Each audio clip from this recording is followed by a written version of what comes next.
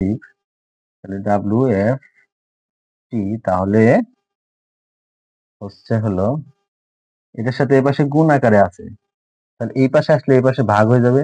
তাহলে আমরা কি করবো, 120 ভাগ 0.6 দিব, ইন্টু হবে হলো WFT হবে। তাহলে WFT কত অ্যাপ্লাই করব সেটারে আমার কি করতে হবে, সলিড ভলিউমের দ্বারা ওই যে ডিএফটি থাকবে ওই ডিএফটি তে ভাগ করতে হবে।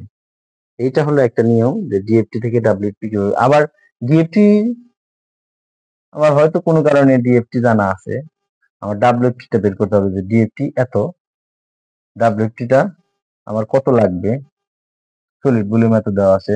তাহলে জাস্ট শুধু সলিড ভলিউম দ্বারা গুণ করলেই কিন্তু আমরা ডিএফটি টা পেয়ে যাব, সলিড ভলিউম দ্বারা গুণ করলেই ডিএফটি টা পেয়ে যাব। কিন্তু কিছু কিছু কিছু কিছু রঙের কিছু কিছু কোম্পানি কি করে, তখন ওইটা সলিড ভলিউমটা উল্লেখ করে না, সলিড ভলিউমটা দিয়ে দেয় না।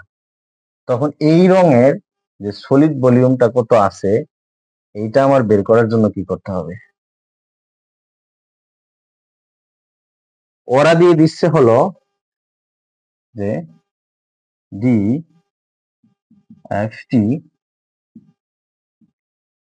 ডিএফটি হবে হলো 50, এই রংটার ধরলাম রেড অক্সাইড, ধরে নিলাম রেড অক্সাইড এই রংটার ডিএফটি হবে 50, WFT হবে হলো 100, মানে এরকম থাকে ডিএফটি 50 থেকে 60, WFT 100 থেকে 120, এরকম অ্যাপ্লাই করা যাবে। তখন আমি এটা এই রংটার সলিড ভলিউম কত আছে কিভাবে বের করব, তাহলে ভলিউম অফ সলিড বা সলিড ভলিউম কিভাবে বের করব, সূত্র সেটা হলো আগেরটাই সমান কত, সূত্র আগেরটা হলো কি ছিল,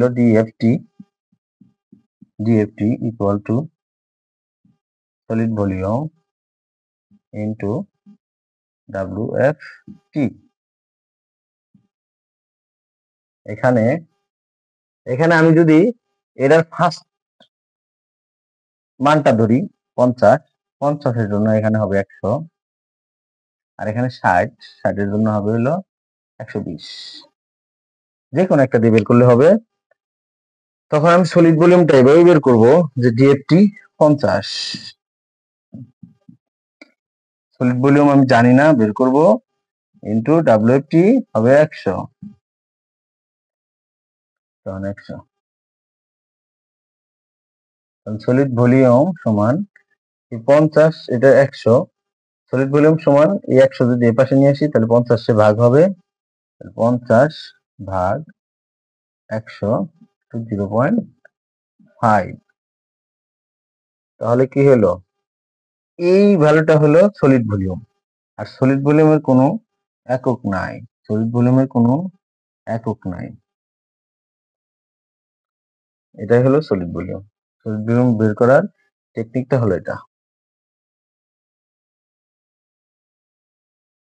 এখন রঙের আরো কিছু তথ্য আছে, যেরকম স্পটলাইট, হিউমিডিটি, প্লাস হলো আরো অনেকগুলা ডাটা আছে যেগুলা TDS এ থাকে। পরবর্তী ভিডিওতে সেই ধরনের ডাটাগুলা নিয়ে আলোচনা করা হবে।